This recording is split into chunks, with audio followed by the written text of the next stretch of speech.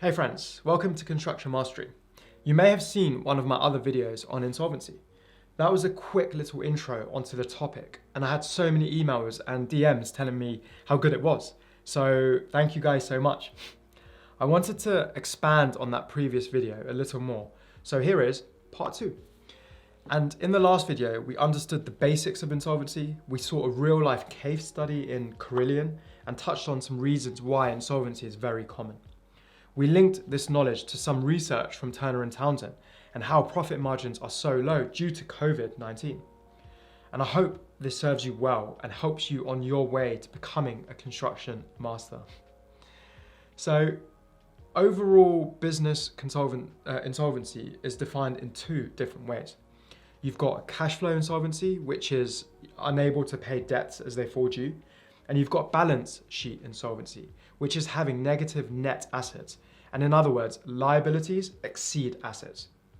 A business may be cash flow insolvent, but may not be balance sheet solvent if it holds liquid assets, particularly against short-term debt that it cannot immediately realize if called upon to do so. On the flip side, a business can have negative net assets showing on its balance sheet, but still be cash flow solvent if ongoing revenue is able to meet debt obligations, and therefore avoid default, for instance, if it holds long-term debt. Many large companies actually operate permanently in this state. All right, let's have a look at some factors contributing to insolvency, and in other words, what causes insolvency. And there are a number of factors that can contribute to a person or company's insolvency. And the most likely and common is a minimum amount of capital needed to start a contracting business, fragile arrangements created, and also the boom and bust cycle of the construction industry.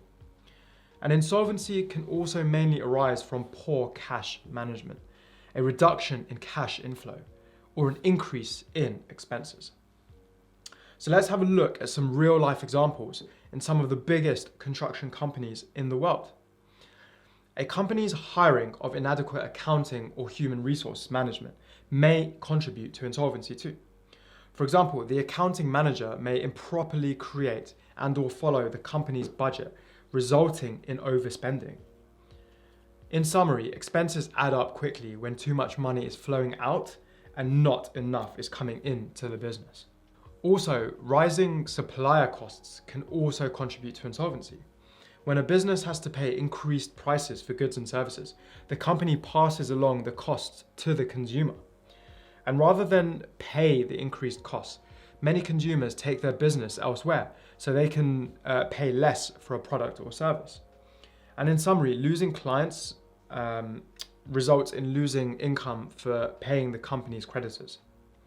And just as an example of this, and for my UK audience, RICS had said that the construction materials cost has reached a 40-year high. That is crazy. And for other countries around the world, this is not that different. The reason for this is that the increased global demand in the construction sector, combined with the multiple and complex impacts of the COVID pandemic and logistic issues, have resulted in unprecedented shortages, delays, and ultimately increased prices of materials and labour across the economy. Also, within the UK, complications resulting from Brexit have added to the situation, affecting all aspects of trade and labour availability. Okay, let's have a look at some more reasons why insolvency can occur. And another one is lawsuits from customers or business associates that may lead a company to insolvency. The business may end up paying large amounts of money in damages and be unable to continue operations. When operations cease, so does the company's income. And in summary, lack of income results in unpaid bills and creditors requesting money owed to them. Some companies also become insolvent because their goods or services do not evolve to fit the consumer's changing needs. When consumers begin doing business with other companies, offering larger selections of products or services, the company loses profits if it does not adapt to the marketplace. In summary, expenses exceed revenues and bills remain unpaid. Okay, I hope you guys are with me and understand the basics of insolvency a little bit better. Let's now go a little further into understanding the contractor insolvency and in particular, what signs there might be that a contractor had financial difficulty. So you've got industry rumors, overvalued applications, less labor on site, and that's a big giveaway. The slow progress of works, and that's another big giveaway. Cash flow issues, for example, if monthly payment applications were way above the pre-estimated cash flow. And what are the consequences of insolvency? You've got the cost, the quality, and duration can all be detrimentally affected.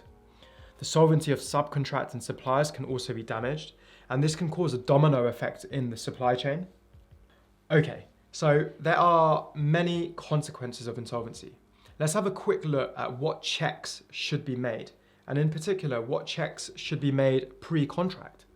And I say pre-contract because this is really the best time to check for insolvency. And to emphasize the point, as quoted by Benjamin Franklin, if you fail to plan, you are planning to fail. So with that said, here are 3 brief checks you should make pre-contract to reduce chances of insolvency. Number 1, ensure subcontractors are financially stable. And number 2, bank references, credit checking agencies, company's house, annual accounts, previous references. So these are all really important. And just to expand on this point a little bit further, in your country of residence, there will be publicly available searches of some companies' insolvency records. This, along with regular credit checks and, for example, companies' house alerts, will provide you with the financial and legal information to give you an early warning on the potential or actual insolvency and provide critical time to plan how to respond to it. Number 3, it's prudent to make formal and informal checks. For example, it is often a requirement to publish insolvency-related court decisions in newspapers or maybe even in local magazines. Therefore, if a counterparty insolvency is expected, appropriate monitoring of these publications could be quite a smart decision. And remember, pre-contract is the best time to assess a company's financial health. And so, at tender stage, there are 2 things that can be done to prevent contractor insolvency. Number 1, thoroughly check financial accounts. And number 2, check for front loading. Amazing. And that wraps up part 2. I hope this video served you guys well. And as always, if you've got any questions, feel free to DM me or email me at hilan@constructionmastery.com. Until next time, stay safe, my friends.